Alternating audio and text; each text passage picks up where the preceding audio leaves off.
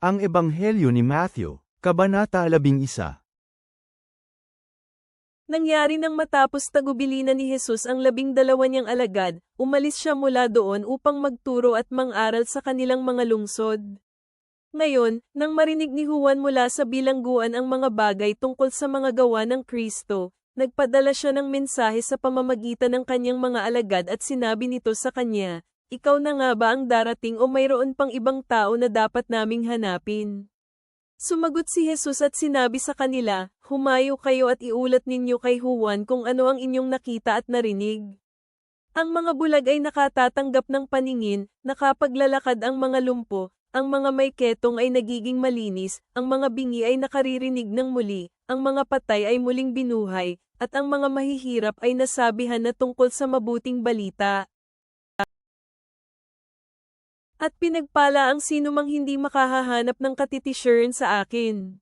Habang nagtungo ang mga lalaking ito sa kanilang daan, sinimulang sabihin ni Jesus sa mga tao ang tungkol kay Juan, "Ano ang nilabas ninyo sa ilang para makita, isang tambo na inaalog-alog ng hangin?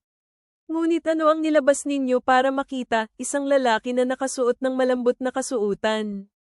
Totoo nga, ang nagsusuot lamang ng ganoong kasuutan ay iyong naninirahan sa bahay ng mga hari. Ngunit ano ang nilabas ninyo para makita, isang propeta? Oo, sinasabi ko sa inyo at mas higit pa sa isang propeta. Siya itong sinasabi sa naisulat, tingnan ninyo, ay padadala ko ang aking mensahero na mauuna sa iyo na siyang maghahanda ng iyong daan.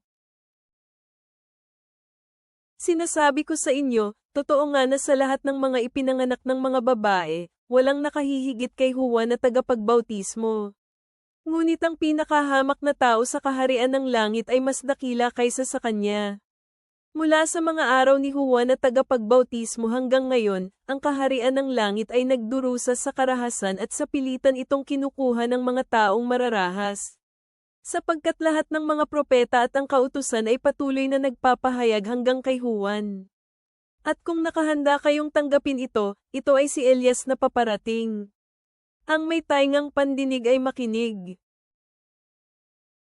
Saan ko dapat ihalin tulad ang salinlahing ito? Tulad nito ay mga batang naglalaro sa may pamilihan, na nakaupo at tinatawag ang isa't isa at magsasabi, "Kami ay tumugtog ng plauta para sa inyo ngunit hindi kayo nagsayaw. Kami ay nagluksa ngunit hindi kayo tumangis." Sapagkat dumating si Juan na hindi kumakain ng tinapay ni umiinom ng alak, at sasabihin nilang, "May demonyo siya." Ang anak ng tao ay dumating na kumakain at umiinom at sinasabi nilang, "Tingnan ninyo, siya ay napakatakaw na tao at lasinggero, kaibigan ng mga maniningil ng buwis at ng mga makasalanan."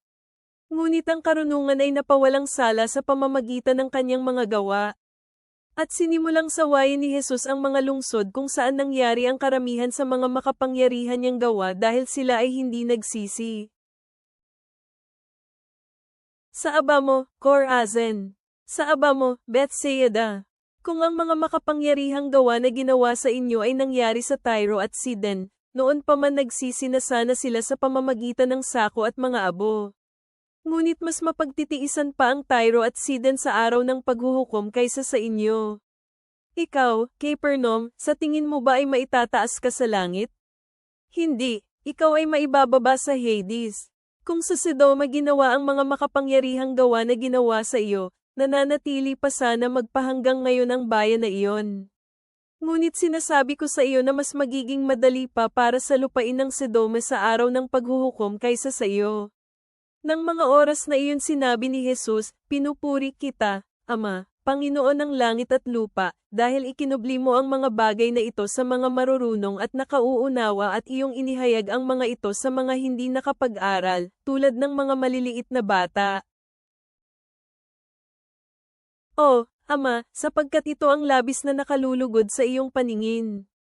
Lahat ng mga bagay ay ipinagkatiwala sa akin ng aking Ama. At walang nakakikilala sa anak maliban sa Ama at walang nakakikilala sa Ama maliban sa anak, at sa kahit sino man na naisin ng anak na ihayag ang Ama. Lumapit kayo sa akin, kayong lahat na nahihirapan at lubhang nabibigatan at bibigyan ko kayo ng kapahingahan."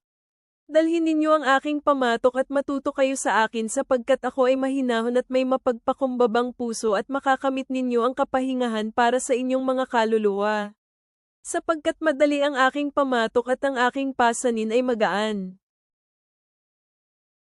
Banayad na tagapagligtas, inanyayahan mo ang mga pagod na lumapit at makahanap ng kapahingahan sa iyo. Kapag dumating ang mga pag-aalinlangan, ipaalala mo sa amin na ikaw ang nagpapagaling sa mga bulag at nag-aangat sa mga mahihirap. Turuan mo kami ng kababang loob at pagtitiwala sa iyong lakas. Hayaan mo kaming makahanap ng kapahingahan para sa aming mga kaluluwa sa iyong biyaya. Sa pangalan ng aming tagapagligtas na si Hesukristo, Amen.